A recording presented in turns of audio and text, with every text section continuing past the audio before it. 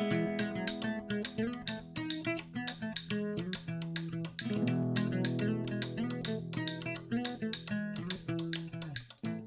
everyone. As I'm Virginia Walker, I'm with DQ Systems, and DQ focus is accessibility. The company mission is digital equality for all. So we work primarily in the 508 space with federal government and commercial and international.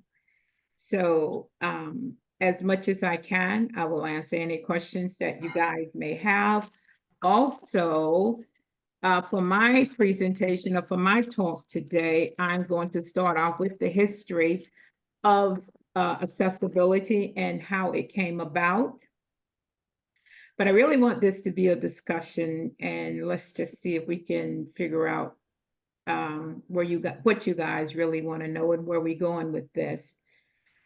So I entitled this 508 accessibility as opposed to 508 rehabilitation, because the Rehabilitation Act in 1973 was basically, which is under Section 504, as you can see by the slide, was basically for vocational. And doing the research on it, President Nixon really was wanting to have people that had a physical disability to be able to participate in the workforce. So you see all of these vocational schools that was started during that time. I mean, it increased. I won't say started, but it increased during that time because it was about putting all Americans to work. And I don't think at that point it was so much of a civil rights issue, even though as you go through the history of rehabilitation, and let's say even when you're dealing with the ADA, you see that a lot of the cases now for the ADA, they're filing as a civil right issue. And you see that a lot in LexisNexis. You're checking in there for people that are assessing websites and saying, oh, I can't use that. I can't use it because it doesn't fit. It doesn't help me order, or it doesn't help me book a ticket or make a reservation or anything like that. And I should say, if I talk fast, which I generally do, slow me down. You can feel free to do that. But also feel free to jump in wherever you see fit to add to or ask question. So with that came something called the Access Board, which oversees the Rehabilitation Act, but also work closely with accessibility. And out of the 1973 Act, the Access Board came into play, but at that time it was called an architectural, I don't forgot the exact name, architectural board. And the reason they called it that was because the bill out of, I should say, the rehabilitation was that, you know, they wanted to make sure that buildings that was being built was had the necessary access for people in wheelchairs, people on crutches, you know, that type thing. So when Bill Clinton signed the Rehabilitation Act Amendment in 1998, which added a portion of something called Electronic and Information Technology Act. And at that point, it was for the federal government, and it said that all agencies needed to develop procedure for maintaining and using electronic information, but it wasn't necessarily, again, reading up on the history, the focus was not necessarily on the American public. It's written that way, but it was more internally to the federal government. And I think just in reading what the information that was out there, I think it was coming to for the 1990 when George W. Bush signed the American with Disability Act. And that's where you see that things such as hearing or sighted people or people that had a cognitive disability was coming into play, because Title II of that was, this is something that I learned, was enforced by the Department of Education, which I had no idea. I had no idea that at one point the Department of Education was even a part of this. But again, it started there and it didn't go to DOJ until much later. With that, in 1996 came something called Section 255 of the Telecommunication Act, which stated that all manufacturers or service providers, especially to the federal government, must make their product accessible for the people. But again, in reading the statute, they had in mind the American public. I just don't know, and wasn't quite sure why it wasn't as pervasive or as prevalent as it is now.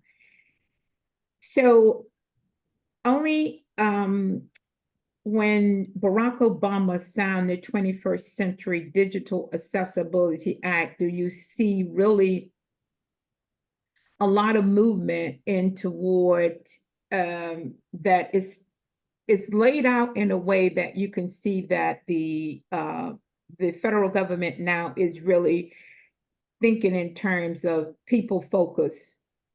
Because under that, there was something called the 21st Century Communication and Video Accessibility. And I remember reading that the first time, and all you ever think about is video games. But when you look into the act, you realize that a lot of what was going on then is that it was about redesigning the website for public use. It was about redesigning websites that would benefit people with any type of disability. And again, that had to do whether it was sighted, cognitive, or whatever. And that's when you see more companies and also the federal government coming into play with having screen readers and things like that. Amazingly enough, agencies such as the VA had already a staff of people that fell within the disability community, but the system that they worked on then, it was basically internal. Like even their kiosks that they use at their VA hospitals were, you really needed someone to, if you was a sighted person, you really needed someone that could help you with using a kiosk. But Title I under the 21st Century Act was that all modern communication products and services, and now you have smartphones and things like that coming into being, it had to be made accessible. And that became a federal statute. And so you see companies like AT&T, Apple, naturally, their process for their product, and they was really one of the first companies to embrace accessibility in regards to meeting the public needs. And I think it was because of phones. I'm sorry, someone want to say something? I hear no, okay. So in Title II under that had to do with easy access with people with disabilities for videos. And so when you read that, it did hit the entertainment industry because it was saying that, and that had to do with captions on videos and things that was being downloaded to the internet, which is, so just to ask everyone, do anyone recall seeing captured on TV programs or things on the internet before this? Because it was there. It just that it wasn't a mandatory. Does anyone? Okay. because like I said, I thought, I don't know why that had to be put in, but it was because when you go back and you look at a lot of the old technology, even on television, and it had to do with the rebroadcasting of programs, that it didn't have caption for people that couldn't hear, but neither were you able to use that technology with screen readers. Again, that was something that I didn't know until I got into the field of accessibility. So, with that, at this point, we've gone from rehabilitation, which is vocational, to accessibility, which has to do with what a person can and how a person can operate in our society.